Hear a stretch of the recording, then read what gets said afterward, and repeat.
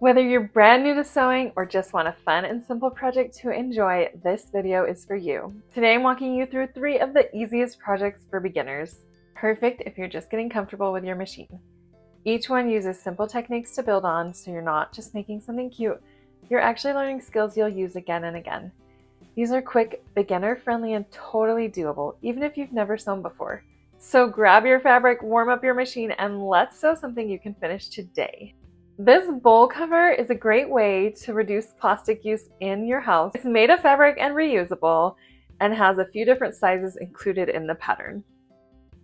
The pattern for this is available to download on my website. I'll leave the link in the description below. And there are 4 sizes included for most standard bowl sizes that you might have in your kitchen.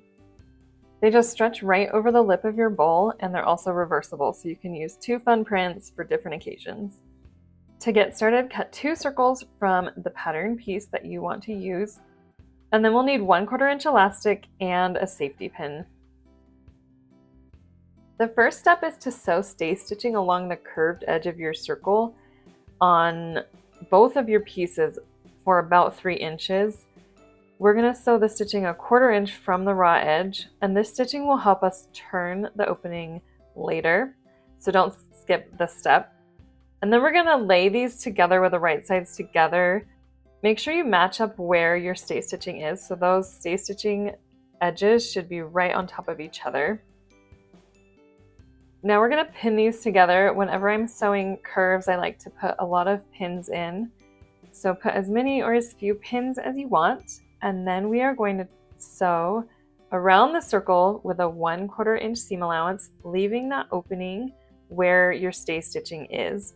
The opening should be about 2 or 3 inches so that we can turn our bowl cover open. Turn your fabric right side out and then press. I just skipped the step of trimming or clipping the edges of the seam allowance because we are going to gather the edge and you won't notice any seam allowance bulk. So you can skip that, turn it right side out, and then press this well. We want a clean edge where our stay stitching is.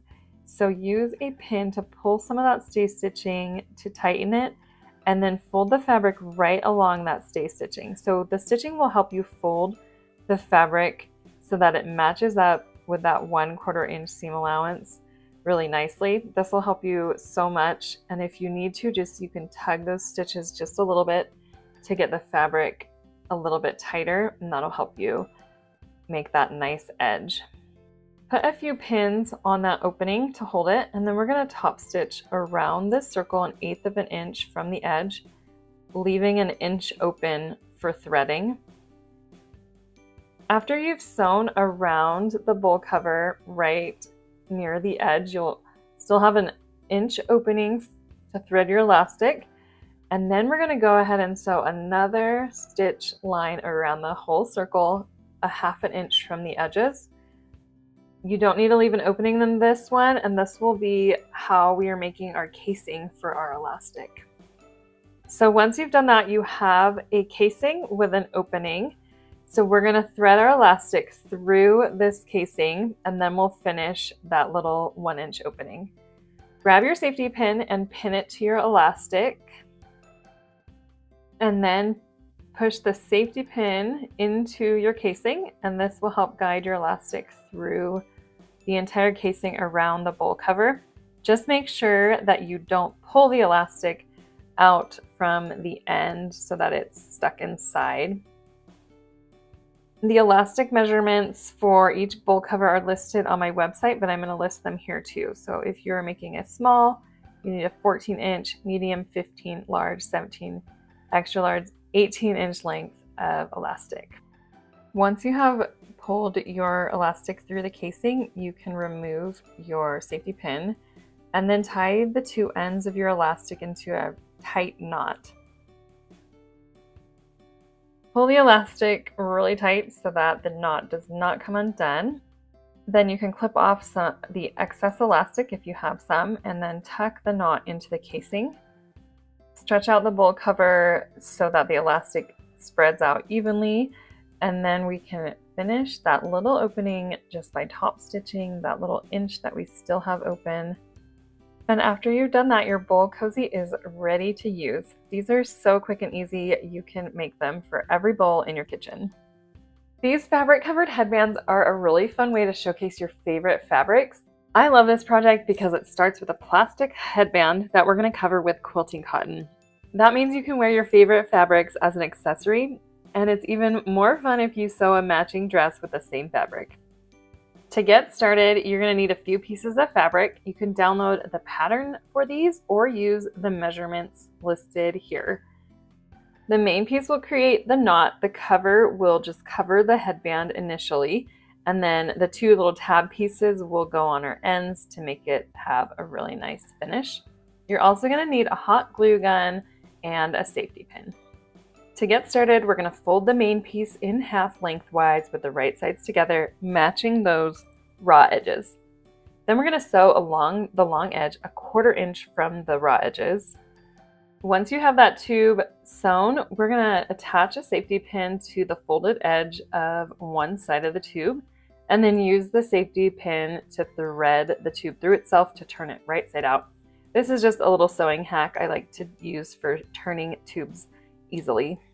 Once your safety pin is through, you can pull it all the way out and your tube will be nice and turned. Press the tube with the seam allowance centered on the back. And now we're going to get it ready to be our knotted piece by tying this into a knot. Try to get the knot right in the middle and don't pull the knot too tight. Then you can use your headband to measure and see if your piece is about the right size for the shape of the headband. This looks good, so I'm going to set it aside and we're going to work on the rest of the headband parts. Grab your little end tab and fold under 1/4 inch on the long edge of the tab and then press. We're going to do both of these the same way. Then we're going to fold this in half, matching the short edges, and sew down the side and bottom, backstitching at the beginning and end of your stitching. And that fold will make it so it's easy to have a nice edge after we're done sewing it, because it'll be really hard to turn such a small piece. So that fold is not sewn, but we're going to sew over the top of it and then down this side as well. Use a 1/4 inch seam allowance and pivot at the corner. After you've sewn that, clip the corner and then trim the seam allowance just a little bit, and then turn these tabs right side out. Use whatever turning tool you have to get the points out. I like to use a little seam ripper to pull those seams out to get my square looking right. And then repeat with your other tab. Now it's time to assemble, so plug in your glue gun. First, we're going to cover the plastic part of the headband with our cover piece of fabric. We want the raw edges of our fabric to be on the top part of the headband because we're going to cover that part. So start by gluing inside the headband and find the middle of your fabric and push that down, and then add more glue so that all the fabric stays on there. Once you have covered the inside of the headband, we are going to start covering the top part. So put some glue on the top of the headband and then fold over one side of the fabric and then press it down just so it's smooth. We will cover this with the knot part of our headband, so it doesn't have to look super good, and there will be raw edges of fabric. But again, we're going to cover it, so don't worry too much. Once you have one side done, grab some scissors and trim off the bottom and trim off the edge of this. We just need enough to cover that little piece of plastic that's left. And depending on the size of your headband, you'll want to trim it and then go ahead and fold it over so that we have the seam of that, the raw edge, on the top of the headband. Once you have finished covering that, we are going to grab the knot piece of our headband. On the short edge, we have a little too much fabric here, so we need to create a little pleat.